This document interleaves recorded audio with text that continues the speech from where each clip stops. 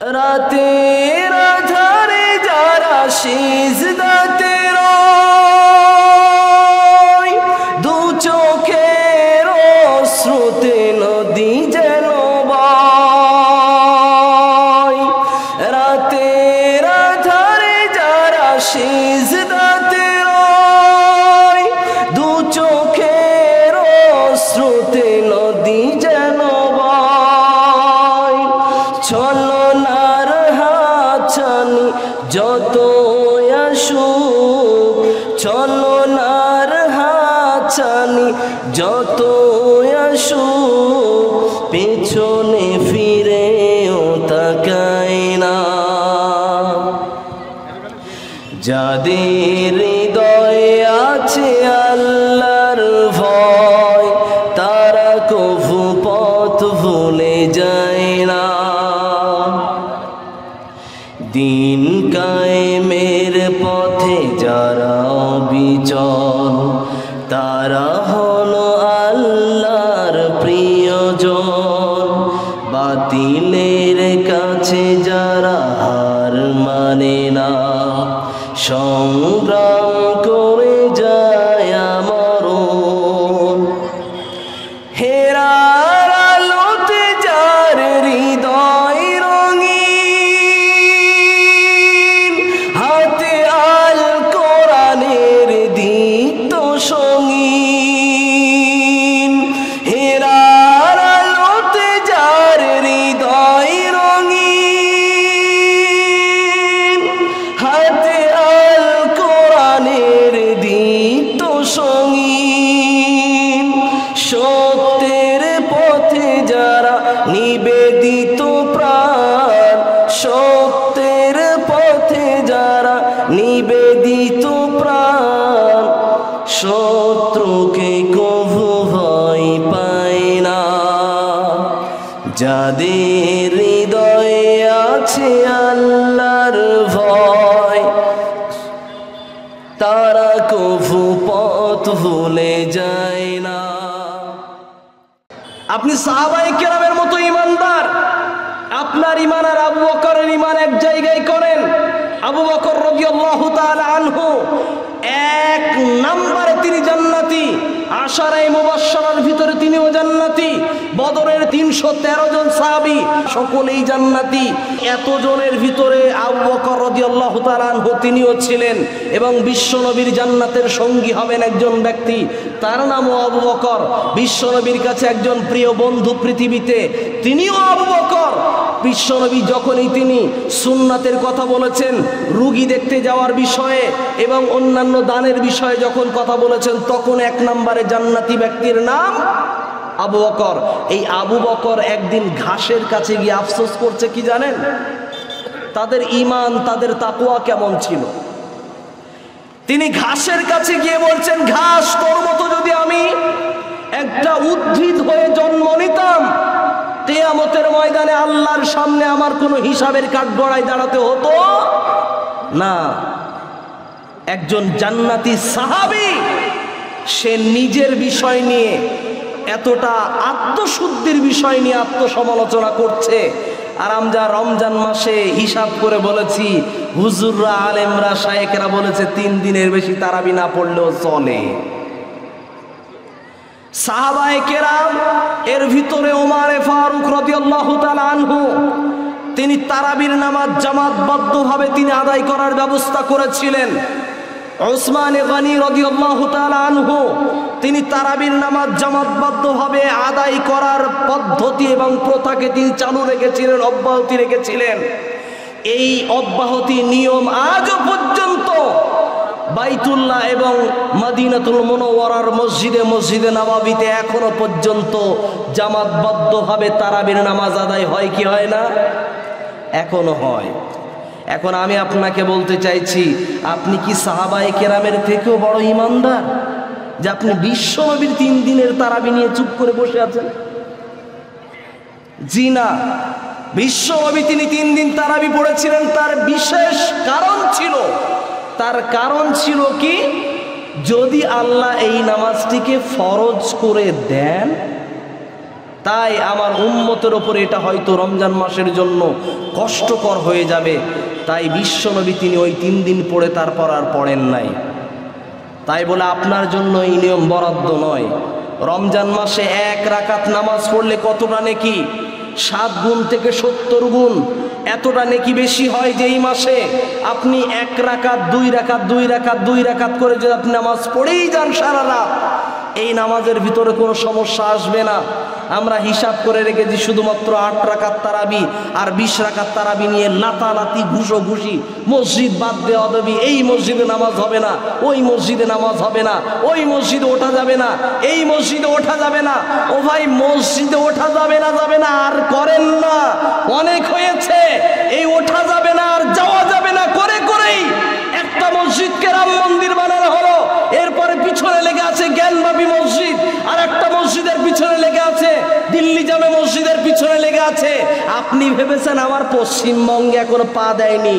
জি, আপনার পশ্চিমবঙ্গেও পা দিয়েছে, চোখ ঢুকেছে বেঈমান কাফেরদের চোখে, চোখ লেগেছে একটা মসজিদের পিছনে। ওই মসজিদের নাম হলো কি? মালদাহের আদিনা মসজিদ। সেই মসজিদেও পূজা শুরু হয়েছে। আপনি কি ভেবেছেন আপনার পশ্চিমবঙ্গে কি মসজিদ হামলা হবে না? হবে। সারা পৃথিবীতে মুসলমানরা মসজিদ মসজিদ করে করে, মাসলাক মাসলাক করে করে, মাযহাব মাযহাব করে করে, সুন্নাত আর মাসলা মাসাইল নিয়ে নিয়ে টানাটানি করতে করতে এমন পর্যায়ে পৌঁছে গেছে নিজেদের আলেম ওলামাদেরও তারা এমন হয়ে গেছে অসম্মানী করতেও তারা বাদ দিচ্ছে না। আবার কখনো দেখা যাচ্ছে একে অপরকে নিয়ে সব সময় কামড়া কামড়ি, এই মাদ্রাসার ছাত্র ওই মাদ্রাসাকে নিয়ে কামড়া কামড়ি, এই মসজিদের ইমাম সাহেব ওই মসজিদের ইমাম সাহেবকে নিয়ে কামড়া কামড়ি, এই মাহফিলের বক্তা আরেক মাহফিলের বক্তাকে নিয়ে কামড়া কামড়ি, এই মাসলাকের বক্তা আরেক মাসলাকের বক্তাকে নিয়ে কামড়া কামড়ি করতে করতে এমন হয়ে গেছে এই সমাজটা, সমাজের মুসলমানরা আজকের দিশেহারা হয়ে গেছে কোন বক্তার কথাটা শুনবো, এ কথা আর ঠিক পায় না। মানুষ নিজেরা নির্বাচন করে নিতে পারছে না কোন আলেম কোনটা বলছে। তাই আপনাদের কাছেও বিনয়ভাবে অনুরোধ করি, মাসলা মাসাইলের বিতর্ক কিয়ামত পর্যন্ত থাকবে, এ বিতর্ক কিয়ামত পর্যন্ত থাকবে। তবে বিতর্কটাকে বাদ দিয়ে যত মৌলিক নীতি আছে, ফরজ এবং ফারায়েজ বিধান আছে, এইগুলোকে সামনে নিয়ে এগিয়ে যান, দেখবেন মুসলমানের ঐক্যে থাকা সম্ভব হয়ে যাবে, মুসলমানের এক থাকা সম্ভব হবে। বলি ইনশাআল্লাহ। আল্লাহ তুমি আমাদেরকে কবুল করো, আমিন। আমাদের সমাজের কিছু যুবক এবং যুবতীরা তারা এই কথা কি বলেছে জানেন? আমার প্রেমিকা মুসলমান, আমি হিন্দু, একজন হিন্দু প্রেমিক আর একজন প্রেমিকা মুসলমান। তার প্রেমিকা মুসলমান কষ্ট করে রোজা রাখছে বলে ওই হিন্দু প্রেমিক সে কি করেছে, রমজান মাসের সেও রোজা রাখছে, বলছে আমার প্রেমিকা কষ্ট করে রোজা রেখেছে তাই আমাকেও রোজা রাখা লাগবে, না হলে সে অসন্তুষ্ট হয়ে যাবে। আপনি বলেন তো, এই রোজা কি আল্লাহর জন্য রেখেছে? আল্লাহর জন্য রেখেছে? এ যার জন্য উদ্দেশ্য করে রোজা রেখেছে ওর জন্যই হবে। কারণ সহিহুল বুখারীর 1 নম্বর হাদিস, আল্লাহ রাসূল সাল্লাল্লাহু আলাইহি ওয়াসাল্লাম তিনি বললেন, ইন্নামাল আ'মালু বিন্নিয়াত ওয়া ইন্নামা লিকুল্লি ইমরিইম মা নাওয়া। কোন ব্যক্তি যদি নিয়ত করে কোন আমলের, যে আমল করার যে নিয়ত করবে সেই নিয়তের ওপরেই নির্ভর করবে তার নেকি কোন জায়গায় দাঁড়াবে। আপনি যেমন নিয়ত করে সেই আমলটিকে করবেন, সেই আমলের নেকি হবে কি হবে না আপনার নিয়তের উপর নির্ভর হবে। আপনি নিয়ত করেছেন কি জন্য? প্রেমিকার সন্তুষ্টির জন্য রোজা রাখবেন, ওর নেকি রিয়াকারীর জন্য বহন করবে, আল্লাহর জন্য হবে না। এই নেকির দ্বারা, এই রোজা রাখার দ্বারা জান্নাত পাওয়া সম্ভব নয়। কেন? কারণ রোজা ফরজ করাই হয়েছে ইমানদার ব্যক্তির উপরে। ইয়া আইয়ুহাল্লাযীনা আমানু কুতিবা আলাইকুমুস সিয়াম, রমজান মাসের রোজাকে ফরজ করা হয়েছে ঈমানদারদের জন্য। খেয়াল করে শুনবেন, বেনামাজি, বেঈমান, মুনাফিকদের জন্য রমজান মাসের সিয়ামকে ফরজ করা হয়নি।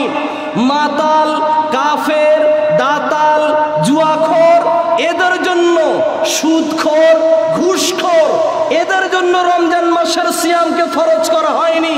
তবে এরা রোজা রাখতে পারে, তবে এরা সবাই রোজা রাখতে পারে, এদের অধিকার সুযোগ দেওয়া আছে। এরা রোজা রেখে যদি তওবা করে, আর ওই তওবা যদি আল্লাহ কবুল করেন, তাহলে আপনার রোজা কবুল হবে, নচেত হবে না। প্রথমেই শর্ত দেওয়া হয়েছে, ইয়া আইয়ুহাল্লাযীনা আমানু, ঈমানদারদের নির্দিষ্ট করে আল্লাহ বললেন, আমি ঈমানদারদের উপরেই রমজান মাসের সিয়াম ফরজ করেছি। এবারে রমজান মাসের সিয়াম আপনার উপরে আল্লাহ ফরজ করলেন, ঈমানদারদের উপরে রমজান মাসের সিয়াম ফরজ করলেন কেন? আল্লাহ বললেন লাআল্লাকুম তাত্তাকুন, যাতে কিনা তোমরা কি হতে পারো? মুত্তাকি হতে পারো। মুত্তাকি কারা? যারা মুত্তাকি হয় তারা আল্লাহকেই ভয় করে চলে। এর প্রমাণ সূরাতুল বাকারার 2 নম্বর আয়াত আল্লাহ কি বললেন? যালিকাল কিতাবু লা রাইবা ফীহি হুদাল লিল মুত্তাকিন, মুত্তাকিদের জন্য হেদায়েত গ্রন্থ হলো এটা। আল্লাহ পাক রব্বুল আলামিনের পরে বললেন আল্লাযীনা ইউমিনুনা বিল গায়বি ওয়া ইউকিমুনাস সালাতা ওয়া মিম্মা রাযাকনাহুম ইউনফিকুন। সূরাতুল বাকারা পারা নাম্বার 1, সূরা নাম্বার 2, রুকু নাম্বার 1, আয়াত নাম্বার 3 এর ভিতর আল্লাহ পাক রব্বুল আলামিন তিনি জানালেন, আল্লাহ পাক তিনি বললেন মুত্তাকি হলো ওরা যারা আল্লাযীনা ইউমিনুনা বিল গায়ব, যারা অদৃশ্যের প্রতি যারা বিশ্বাস করে। এই অদৃশ্যের ব্যাখ্যা সম্পর্কে মুফাসসিরিনে কেরাম তারা ব্যাখ্যা দিয়েছেন, অদৃশ্যের ভিতরে আছে 1 নাম্বার হলো আল্লাহ, 2 নাম্বার হলো আখিরাত, 3 নাম্বার হলো ফেরেশতা, 4 নাম্বার হলো কিয়ামতের ময়দান। হাসরের ময়দান সম্পর্কে সব কিছু বলা হয়েছে, জান্নাত জাহান্নামের বিষয় বলা হয়েছে। আমি আপনাকে বলতে চাইছিলাম, আপনার উপর আল্লাহ পাক রব্বুল আলামিন রমজান মাসের সিয়ামকে ফরজ করেছেন এই কারণে যাতে আপনি মুত্তাকি হতে পারেন। আর আমাদের ভিতরে রমজান মাসের রোজা রাখা মুসল্লি অনেকে আছে, রমজান মাসে দাতন করতে গিয়েছে, দাতনের জন্য হুজুরের কাছ থেকে শুনে নিয়েছে যত বড় দাতন তত বরকত বেশি। ও জেনে কি করেছে? 2 হাত লম্বা একটা দাঁতন কেটে নিয়েছে। কত হাত? 2 হাত লম্বা একটা দাঁতন কেটে নিয়েছে। কেটে নিয়ে মেসওয়াক করতে করতে মসজিদে যাচ্ছে, ওর দিকে যেই দেখে সেই বলে, কি ব্যাপার এত বড় দাঁতন কেটেছ? বলছে জানিস না দাঁতন যত বড় বরকত তত বেশি। ওই জেনে ও কি করেছে, মসজিদে গেল, ওযু করার পরে দাঁতনটাকে ধুয়ে কোনো রকমে এলো বুক পকেটে রেখে দিয়েছে।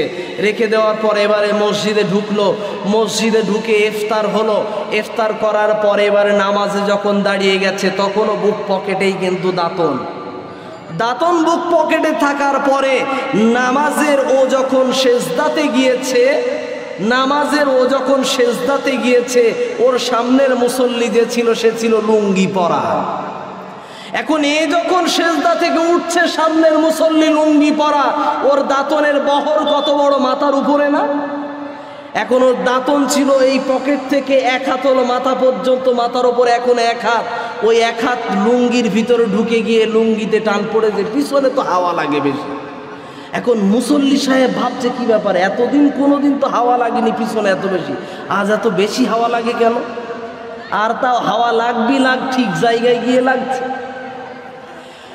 এই হাওয়া সহ্য না করতে পেরে ও তাড়াতাড়ি করে নামাজ সেরে, নামাজ কোনো রকম ভাবে ধরে যাই হোক করে লুঙ্গিটা ধরে তাও বসে আছে। এখন দ্বিতীয় সেজদায় যাওয়া বাদ দিয়ে ও কি করে লুঙ্গি সামলাবে না সেজদা দেবে? এই অবস্থাতে কোনো রকমে নামাজ যখন শেষ হলো, বললে কি ব্যাপার, লুঙ্গি ধরে টানাটানি করছিল কে রে? বলছে চাচা আমার দাঁতন বেঁধে গিয়েছে। তোমার দাঁতন বেঁধে যাবে মানে? দাঁতন কত বড়? কই দেখি। পিছনে তাকিয়ে দেখে ওর দাঁতন হলো 2 হাত। ও জিজ্ঞাসা করলে এত বড় দাঁতন পেলি কোথায়? বলল যত দাঁতন যত বড় বরকত তত বেশি। আমি আপনাকে বলছি দাঁতন বেশি বড় লাগে না, দাঁতন নেবেন 1 বিঘত থেকে, ওর থেকে ছোট, ওর থেকে একটু বড়, এর বড় নেবেন না। আর দাঁতন মোটা হবে কতটা? 1 আঙুল, এই নিজের সব থেকে এই যে ছোট আঙুল, এই ছোট আঙুলের মতো মোটা হবে, অথবা এর থেকে একটু মোটা হবে। এরকমটাই হওয়া স্বাভাবিক, এর থেকে বেশি হবে না। আশিমুল কথায় আপনি যদি রমজান মাসের মেসওয়াক করেন তাহলে 5 ওয়াক্ত নামাজের জন্য করা লাগবে। আর রমজান মাসের ভিতরে যদি আপনি শুধু মাগরিবে আসেন, বাকি নামাজে যদি না আসেন, তাহলে আপনি কি মুত্তাকি? 1, আপনার কাছে প্রশ্ন রাখলাম। নাম্বার 2, আপনি যদি প্রকৃত মুত্তাকি হন তাহলে 5 ওয়াক্ত ফরজ নামাজ, যেইটা রমজান মাস হোক সারা বছর হোক, এই 5 ওয়াক্ত নামাজ আপনার দ্বারা আদায় করা সম্ভব। যদি আপনি মুত্তাকি না হন তাহলে রমজান মাসে 27 রাতে নামাজ পড়ে আর শবে বরাতের রাতে একদিন নামাজ পড়ে বিশাল ইতিহাস রচনা তৈরি করে দিলেন, এই নামাজ দিয়ে আপনার নাম মুত্তাকি হবে না। আল্লাহর কাছে আপনি নিজে নিজে কেঁদে কেঁদে ইফতারের পূর্বে আপনি দোয়া করবেন, আল্লাহ ওই সময়ের আপনার দোয়াটাকে কবুল করে নেবেন। রমজান মাসের পুরো 24টা ঘন্টার ভিতরে 24টা ঘন্টা আপনার জন্য রহমত, মাগফিরাত এবং নাজাত হিসাবে বরাদ্দ করা আছে। পুরো রমজান মাস আপনার জন্য প্যাকেজ দেওয়া হয়েছে। পুরো রমজান মাসের ভিতরে আপনার জন্য সম্পূর্ণ জীবনের গুনাহ খাতা আপনি যদি মাফ করিয়ে না নিতে পারেন, আপনার মতো হতভাগা কেউই নাই। আল্লাহর রাসূল সাল্লাল্লাহু আলাইহি ওয়াসাল্লাম তিনি বললেন, যখন তিনি জুমার দিনে মেম্বারে উঠেছেন, প্রথম ধাপে ওঠা মাত্রই তিনি বললেন আমিন। দ্বিতীয় ধাপে তিনি যখন পা দিলেন তিনি বললেন আমিন। তৃতীয় ধাপে যখন ওঠার পরে তিনি যখন বসলেন তিনি বললেন আমিন। আল্লাহ রাসূল সাল্লাল্লাহু আলাইহি ওয়াসাল্লাম এটার ব্যাখ্যা তিনি আবার বলে দিলেন। তিনি আল্লাহর রাসূল বললেন, 1 নাম্বার আমিন বলার কারণ কি? যে সমস্ত ব্যক্তিরা রমজান মাসের সিয়াম 1 মাস পেল, 29 দিন 30 দিন রমজান মাসের সিয়াম পেল, অথচ নিজের জীবনের গুনাহ খাতা মাফ করিয়ে নিতে পারলো না, ওদের মতো ওই সমস্ত ব্যক্তিদের মতো হতভাগা ব্যক্তি আর কেউই হতে পারে না। এ কথা বলার পরে আল্লাহ রাসূল সাল্লাল্লাহু আলাইহি ওয়াসাল্লাম তিনি আবার বললেন, এই যে সমস্ত ব্যক্তিরা রমজান মাস পাওয়ার পরেও নিজের গুনাহ মাফ করিয়ে নিতে না পারে, ওদের নাকটা যেন মাটিতে ঘষতে যাক, ওদের সম্মান যেন মাটিতে পড়ে থাক, ওদের সম্মান যেন মাটির তলে মিশে যাক। আল্লাহ রসুল এটা বললেন। এটা জিবরাইল আলাইহিস সালাতু ওয়াস সালাম যখন বলেছিল, আল্লাহ রসুল তিনি বললেন আমিন। আচ্ছা বলেন তো, আল্লাহ রসুলের বিষয় নিয়ে জিবরিল আমিন দোয়া করবেন, জিবরাইল আলাইহিস সালাতু ওয়াস সালাম দোয়া করবেন অথবা বদদোয়া করবেন, বিশ্বনবী সেটাতে আমিন বলবেন, ওই দোয়া কবুল হবে কি হবে না? ওই দোয়া কবুল হবে। গ্যারান্টি না ওয়ারেন্টি? গ্যারান্টি না ওয়ারেন্টি? একদম পুরোপুরি 100% গ্যারান্টি। আল্লাহ রসুল তিনি বদদোয়া করলেন এবং দোয়া করলেন, সেটা কি? যদি রমজান মাসের রোজা পাই কোনো মুসলমান নিজের জীবনের গুনাহ খাতা মাফ করিয়ে নিতে পারে, তাহলে আল্লাহর রহমত তার উপরে এসেছে। আর যদি কোনো মুসলমান রমজান মাসের রোজা রেখে নিজের জীবনের গুনাহ খাতা মাফ করিয়ে না নিতে পারে, তাহলে তার কর্মকাণ্ডে কাজে কর্মে বোঝা যাবে তার রমজানের পরে দাড়ি বাড়বে না, রমজানের পরে সুদ খাওয়া বন্ধ হবে না, রমজানের পরে বেশ বেনামাজি মুসল্লি বেনামাজি থেকে যাবে না। সে বুঝে নেবে আমার উপরে রহমত এসেছে মানে আমার দাড়ি বড় হবে। সে বুঝেই যাবে যে আমার উপরে আল্লাহর রহমত এসেছে, মানেই আমাকে সুদ ছেড়ে দিতে হবে, ঘুষ ছেড়ে দিতে হবে, হারাম খাদ্য বন্ধ করতে হবে, হারাম রোজগার বন্ধ করতে হবে, হারাম রিজিক বন্ধ করতে হবে, হারাম ইনকাম বন্ধ করা লাগবে, বিড়ি তামাক সিগারেট গুটখা খাওয়া বন্ধ করা লাগবে। তবেই নিজে বুঝে নেবে যে আমার উপরে আল্লাহর রহমত এসেছে, নতুবা আসে নাই। কিয়ামতের ময়দান সম্বন্ধে আল্লাহর রাসূল তিনি সাবধান বাণী দিলেন।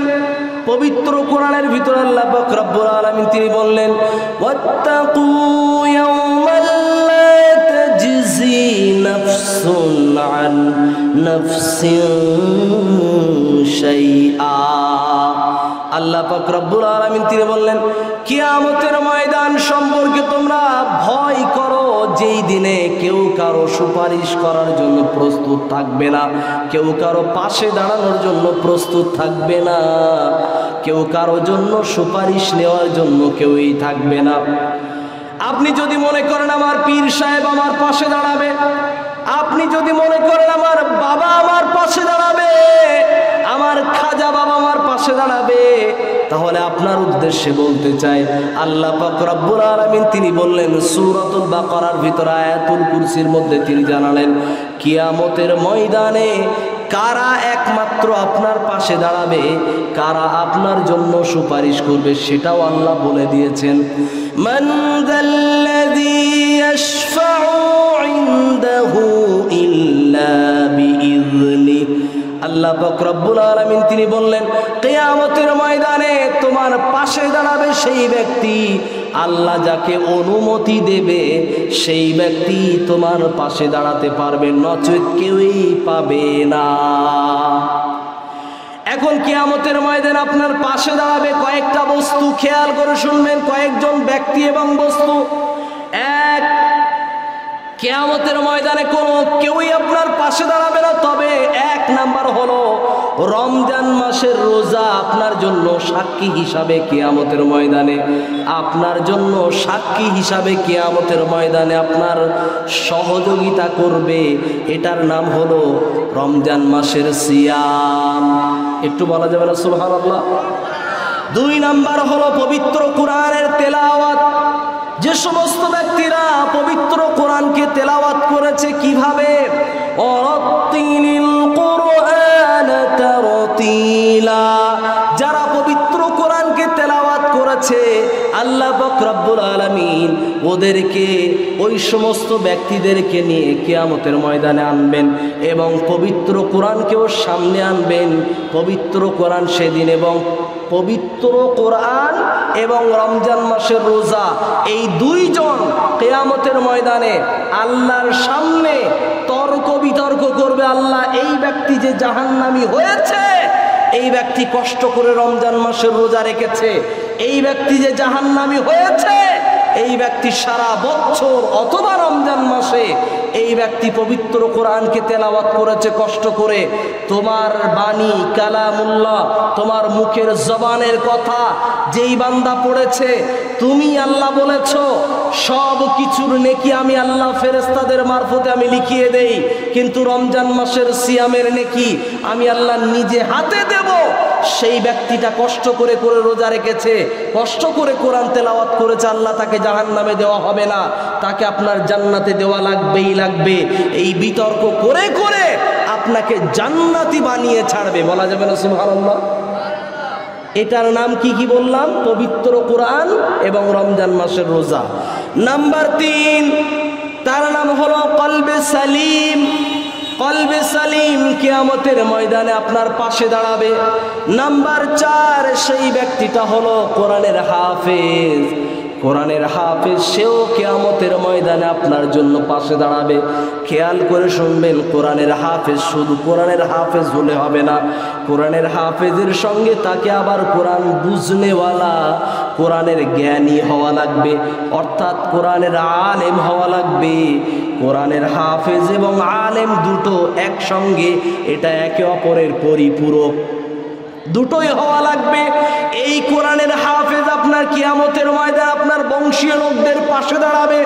নাম্বার 5, বিশ্বনবী পৃথিবীর সমস্ত মানুষরা তারা বলতে থাকবে ইয়া নাফসি ইয়া নাফসি ইয়া নাফসি।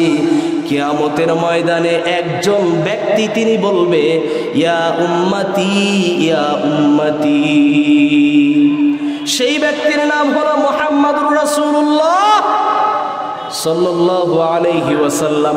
এই নবী তিনি বলবেন ইয়া উম্মতি, আমার উম্মতের কি হবে, আমার উম্মতের কি হবে।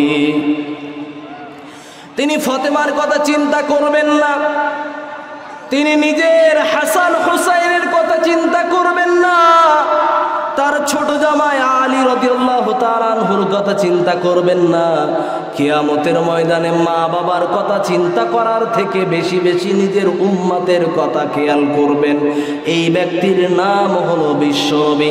এখন এই নবীকে যদি আপনি অনেকেই প্রশ্নবিদ্ধ করে ওই নবীকে কেন ভালোবাসবো, তার একটা প্রশ্নের জবাব হলো কিয়ামতের ময়দানে সব মানুষ ইয়া নাফসি ইয়া নাফসি ইয়া নাফসি করবে, কিন্তু একজন মানুষ তিনি বলবে ইয়া উম্মতি। তাকে ছাড়া আপনি কাকে ভালোবাসবেন? লা ইউমিনু আহাদুকুম হাত্তা আকুনা আহাব্বা ইলাইহি মিন ওয়ালিদিহি ওয়া ওয়ালাদিহি ওয়ান নাসি আজমাইন। অতক্ষণ পর্যন্ত কোনো মুসলমান, কোনো ব্যক্তি পরিপূর্ণ ইমানদার হতে পারবে না যতক্ষণ পর্যন্ত না নিজের সন্তানের থেকে, মা বাবার থেকে, স্ত্রীর থেকে, নিজেদের আত্মীয় স্বজনের থেকে এবং পৃথিবীর যত বন্ধু বান্ধব, যতজন চেনা জানা ব্যক্তি আছে সকলের থেকে বিশ্বনবীকে বেশি মহাব্বত না করবে, সেই ব্যক্তি অতক্ষণ পর্যন্ত পরিপূর্ণ ইমানদার হতে পারবে না। এই কথা নিয়ে আমি আপনাকে বোঝাতে যাচ্ছি কিয়ামতের ময়দানের যে অবস্থা হবে সেই দিনে। ইয়াউমা ইয়াফিরুল মারউ মিন আখিহি ওয়া উম্মিহি ওয়া আবিহি ওয়া সাহিবাতিহি ওয়া বানিহি। কিয়ামতের ময়দানে আপনার ভাই আপনার পাশে দাঁড়াবে না, বাবা আপনার পাশে দাঁড়াবে না, বোন আপনার পাশে দাঁড়াবে না, স্ত্রী কেউই দাঁড়াবে না, সবই আপনাকে দেখে পলায়ন করবে। তবে একজন ব্যক্তি আপনার পাশে দাঁড়াবে, সেই ব্যক্তির নাম হলো মুহাম্মাদুর রাসূলুল্লাহ সাল্লাল্লাহু আলাইহি ওয়াসাল্লাম। এই নবী তিনি পাশে দাঁড়াবেন। এজন্যই আপনাকে আমি বোঝাতে যাচ্ছি পৃথিবীর সমস্ত মানুষের থেকে তাকে ভালোবাসতে হবে। এই কিয়ামতের ময়দান সম্পর্কেই বলতে চাইছি, সেই দিনকে ভয় করা লাগবে।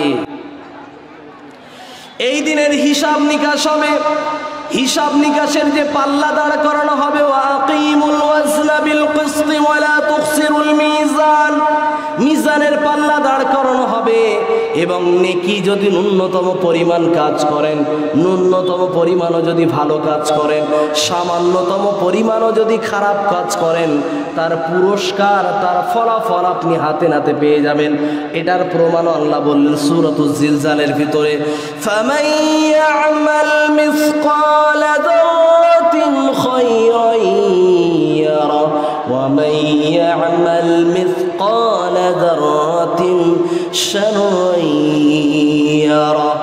আল্লাহ পাক রব্বুল আলামিন তিনি বললেন সামান্য পরিমাণও যদি কেউ কোনো রকম ভালো কাজ করে, তার পুরস্কার, তার ফলাফল সে হাতে নাতে পেয়ে যাবে। কেউ যদি কোনো রকম ন্যূনতম পরিমাণ ভালো কাজ করে, তারও পুরস্কার পেয়ে যাবে। এখন মূলত কথা আর একটাই আসি, আল্লাহ পাক যে এটা বললেন কিয়ামতের ময়দানে ডান হাতে বাম হাতের আমলনামার ব্যবস্থা হয়ে যাবে, ভালো খারাপের ব্যবস্থা সব কিছু হবে। এই হওয়ার পরেও যারা জাহান্নামী হবে, ওদের ভিতরে যদি একটু যদি কালেমাতে বিশ্বাস, আল্লাহর ওপরে বিশ্বাস, আখিরাতে বিশ্বাস যদি থাকে, ওই ব্যক্তিও একটা না একটা সময় জান্নাতে যাবে। একটু বলা যাবে না সুবহানাল্লাহ? তাই আল্লাহ বলছেন লা তাকনাতু মির রাহমাতিল্লাহ, আল্লাহর রহমত থেকে নিরাশ হয়ে যেও না, নিজেকে নিরাশ করে নিও না, আল্লাহর রহমতের ভিতরে নিজেকে সীমাবদ্ধ রাখো। আমি আপনাকে বোঝাতে যাচ্ছিলাম নাম্বার 3, আখিরাতের প্রতি বিশ্বাস রাখতে হবে। এই দিনে আবার আল্লাহ জান্নাত জাহান্নামের ব্যবস্থা করে রেখে দেবেন। এই জান্নাত জাহান্নামের ব্যবস্থাকে অনেকেই আবার বলে জাহান্নামকে আমি ভয় করি না, অথচ আল্লাহর রাসূল তিনি বলেন আল্লাহুম্মা আজিরনি মিনান নার, আল্লাহ আমি জাহান্নামের আগুনের কষ্ট করে এই আগুন থেকে আমি মুক্তি চাই। আল্লাহ রসুল দোয়া শেখালেন, আল্লাহুম্মা ইন্না নাসআলুকাল জান্নাতাল ফিরদাউস। যদি জান্নাত চেতে চাও, জান্নাত যদি চাও, জান্নাতের 8টি দরজা, ওই 8টি দরজার ভিতর থেকে উত্তম দরজার জান্নাতকে তোমরা আল্লাহর কাছে প্রার্থনা করো, তার নাম হলো জান্নাতুল ফিরদাউস। ওই জান্নাতের জন্য ভিক্ষা প্রার্থনা করো আল্লাহর কাছে, এটা আল্লাহর রাসূল সাল্লাল্লাহু আলাইহি ওয়াসাল্লাম তিনি শেখালেন। আর আমরা বলেছে কি, আমি জাহান্নামকে ভয় করি না। হে রাসূল তোমায় ভালোবাসি, অন্তরে শুধু মুখে না, জান্নাতের আশায় নয় হে রাসূল, জাহান্নামকেও ডরি না।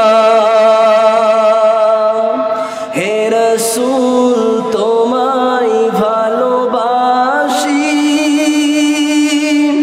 অন্তরে শুধু মুখে না,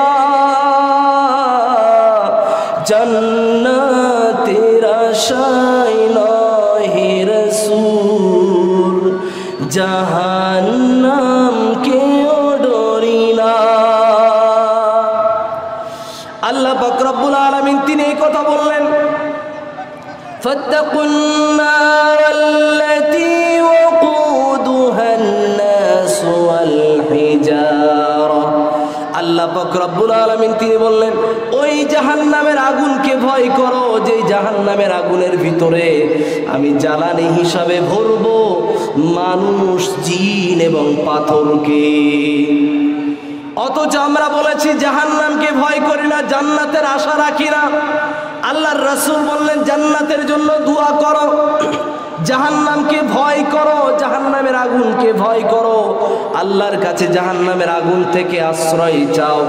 আমি আপনাকে বোঝাতে চাইছিলাম আখিরাতকে নিয়ে বিশ্বাস করা মানেই হলো জান্নাতের আশা রাখতে হবে, জাহান্নামকে ভয় করা লাগবে। ডান হাতে আমলনামার আশা রাখতে হবে, বাম হাতে আমলনামা আশা থেকে ভয় করা লাগবে। এবং ওই দিনের সময় সম্পর্কে আপনার আল্লাহর কাছে ভিক্ষা চাওয়া লাগবে, আল্লাহুম্মা হাসিবনি হিসাবান ইয়াসীরা। রব্বুল আলামিন কিয়ামতের ময়দানে আমার হিসাবটাকে তুমি আল্লাহ সহজ করে দাও। আল্লাহর কাছে আপনার দোয়া করা লাগবে। এই দোয়া যদি আপনি করতে পারেন, প্রতিদিন যদি আমল করতে পারেন, আল্লাহ কিয়ামতের ময়দানে আপনার বিনা হিসাবে জান্নাতের ব্যবস্থা করে দেবে। যাদের কাছে ফজরের নামাজ এবং ইশার নামাজ ভারী হয় তারা হলো মুনাফিক। যারা নামাজ পড়তে গাফিলতি করে তারা হলো মুনাফিক। যারা নামাজ ইচ্ছাকৃত ছেড়ে দেয় তারা হলো কাফের। যারা নামাজ ইচ্ছাকৃত বর্জন করে ছেড়ে চলে যায়, নিজের কাজকে প্রাধান্য দিয়ে চলে, এই সমস্ত ব্যক্তিদের জন্য সাবধান বাণী দেওয়া হলো। আল্লাহ রাসূল সাল্লাল্লাহু আলাইহি ওয়াসাল্লামকে জানানো হলো, আল্লাযীনা হুম ইউরাউন ওয়া ইয়ামনাউনাল মাউন। যে সমস্ত ব্যক্তিরা সাপ্তাহিক রোজার মাসের জন্য নামাজ পড়ে, এরা হলো লোক দেখানোওয়ালা নামাজি। এই লোক দেখানেওয়ালা নামাজিদের জন্য আল্লাহ পাক রব্বুল আলামিন তিনি ফাওয়াইলুল লিল মুসাল্লিন, এই সমস্ত নামাজিদের জন্য বিপজ্জনক অবস্থা রেখেছেন। ওই অবস্থার নাম হলো ওয়াইল নামক জাহান্নামের সাংঘাতিক ঘাটি। আমি আপনাকে বলতে চাইছিলাম, নামাজ যদি পড়তে চান তাহলে পরিপূর্ণ পড়েন। আচ্ছা, আমি আপনাদের কাছে প্রশ্ন করতে চাই, যারা শুক্রবারের নামাজ পড়ে এরা কি সারা বছরের 5 ওয়াক্ত নামাজের একটা ওয়াক্ত আদায় করে নাকি না শুধু জুমা আদায় করে? কোনটা? জুমা আদায় করে। এখন যদি সেই ব্যক্তি যদি সলাত আদায় করত, তাহলে সলাত হলো একটা ওয়াক্ত নয়, সলাত হলো 5 ওয়াক্ত নামাজকে একসাথে বলা হয় সলাত। এই 5টা আঙুল হাতের ভিতরে আছে, এই 5টা আঙুল এবং হাতের তালু এপিটোপিট থাকবে, এরপর এটার নাম হাত, নচেত এটার নাম হাত নয়। একটা আঙুলকে আপনি যদি বলেন যে হাত, বলা ভুল হয়েছে। দুইটা আঙুলকে যদি বলেন হাত, বলা ভুল হয়েছে। দুইটা আঙুল হলো হাতের অংশ। জুমার নামাজ হলো 5 ওয়াক্ত নামাজের একটা অংশ। রমজান মাসের মাগরিবের নামাজ একটা নামাজের 5 ওয়াক্ত নামাজের একটা অংশ। এটা পরিপূর্ণ সালাত, পরিপূর্ণ সালাত নয়। পরিপূর্ণ সালাত যদি আপনি আদায় করেন তবেই আপনি মুত্তাকি, তবেই আপনি হলেন তাকওয়াবান, তবেই আপনি হলেন সিয়াম পালনকারী, নচেত আপনি পালনকারী হতে পারবেন না।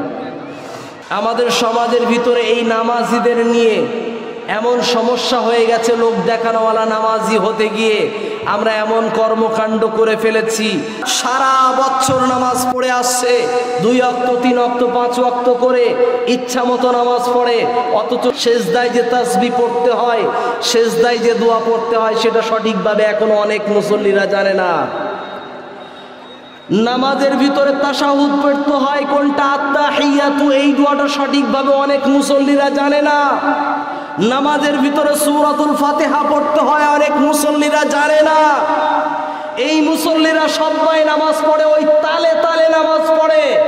আসলে বিশ্বনবীর তরিকা মোতাবেক যদি নামাজ পড়তো তাহলে ইন্নাস সালাতা তানহা আনিল ফাহশাই ওয়াল মুনকার, সূরাতুল আনকাবুতের ভিতরে আল্লাহ বলছেন মানুষের নামাজ এমন বৈশিষ্ট্য, নামাজ এমন একটি ইবাদত, এমন একটি বৈশিষ্ট্য, নামাজ আপনার জীবনকে পরিবর্তন করে দেবে, আপনার ভিতর থেকে দুশ্চরিত্র কাজ দূর করে দেবে, আপনার ভিতর থেকে অহেতুক কাজগুলোকে দূর করে দেবে। নামাজি যদি হন তাহলে দাড়ি কাটার পিছনে আপনি সময় নষ্ট করবেন না। নামাজি যদি হন মিথ্যা কথা বলা আপনার ভিতর থেকে বের হয়ে যাবে। নামাজি যদি হন অহেতুক ওয়াদা খেলাফ করা আপনার ভিতর থেকে বের হয়ে দূর হয়ে চলে যাবে। নামাজি যদি হন শুধুমাত্র এইভাবে যুবক ভাইয়েরা যাদের মনে করে সুন্নতি প্রেম করে, এরা কি প্রেম করে? সুন্নতি প্রেম। তার মানে রমজান মাসে এদেরকে একটা মেয়ে ডেকে দেবে, তারপরে সাহারি খেতে উঠবে, না হলে নাকি ওঠে না, ওদের নাকি না হলে ঘুম ভাঙে না। রমজান মাসে সাহারি খাওয়ার পরে ঘুমিয়ে পড়েছে, ফজরের নামাজের জন্য নাকি একটা মহিলা ডেকে দেবে, কোন একটা রমণী ডেকে দেবে, অবৈধ প্রেম লীলায় ব্যস্ত থাকা রমণী, ওই অবৈধ রমণী মেয়ে ফোন করে ডেকে দেবে, তারপরে নাকি তার ঘুম ভাঙবে, নচেত তার ফজরের নামাজ আদায় হবে না। আমি বলছি পবিত্র কোরআনের আয়াত বলছে ওয়ালা তাকরাবুজ জিনা, জিনার নিকটবর্তী হবে না, ধারে কাছে যাবে না। অথচ এই ছেলেটা ঘুম ভাঙার শুরুতেই জিনা করেছে, কানের জিনা করেছে, অন্তরের জিনা করেছে, জিহ্বার জিনা করেছে, 3টি পর্যায়ে জিনা করেছে। এর পরেও বলবে ও তাকওয়াবান, এর পরেও বলবে আমি ইমানদার মুত্তাকি। আমি বলছি নামাজ যদি আপনার পরিপূর্ণ হয়, আপনার ভিতর থেকে দুশ্চরিত্র কাজকর্ম বিদায় নেবে। এখন যদি আপনার নামাজ হয় তাহলে আপনার চরিত্র ভালো হবে, যদি আপনার চরিত্র ভালো না হয় তাহলে কি হচ্ছে না? তাহলে কি হচ্ছে না? নামাজ কবুল হচ্ছে না, নামাজ আল্লাহর কাছে গ্রহণীয় হচ্ছে না। তাই আমি আপনাকে বোঝাতে যাচ্ছি, এই পৃথিবীতে যারা আমরা নামাজ পড়ছি, নামাজটা যদি সবাইকে দেখানোর জন্য হয়, আল্লাহকে রাজি খুশির জন্য যদি না হয়, এই নামাজ আমাকে আপনাকে জান্নাতে নেবে না, এই নামাজ জান্নাতের চাবি হবে না, জান্নাতের চাবির দাঁত হবে না, এই নামাজ আপনাকে জান্নাতের জন্য সহযোগী হবে না। তাই আপনার উদ্দেশ্যে বলতে চাই, নামাজ যদি পড়েন আল্লাহর জন্যই পড়েন, নামাজ যদি পড়েন এটা মনে করে পড়েন আজকের যেই নামাজ পড়তে এসেছি এই নামাজটা আজকের আমার শেষ দিন, এরপরে দ্বিতীয় নামাজ আর আমি পড়তে পাবো না, এই মনে করে ওই নামাজটাকে শেষ নামাজ মনে করেই পড়েন। দেখবেন নামাজটা অনেকটা সুন্দর হয়ে যাবে, নামাজটা অনেক সুস্থভাবে হবে, অনেক ভালোভাবে হবে। আর যদি মনে করি প্রতিনিয়ত তো নামাজের কথা শুক্রবারের জুমার দিনে তো শুনছি, তাহলে আমাদের মতো আমাদের কাজ কেমন হবে জানেন? আমরা সকলেই ফল খাই, কিন্তু ফল যেখানে রাখা থাকে সে খায় না। সেটার নাম কি বলেন তো? সেটার নাম হলো ঝুড়ি, সেটার নাম হলো ক্যারেট। এই ক্যারেট কিন্তু সে ফল খায় না, অথচ তাতে সর্বসময় ফল রাখা থাকে, সে কোনো উপকার পায় না।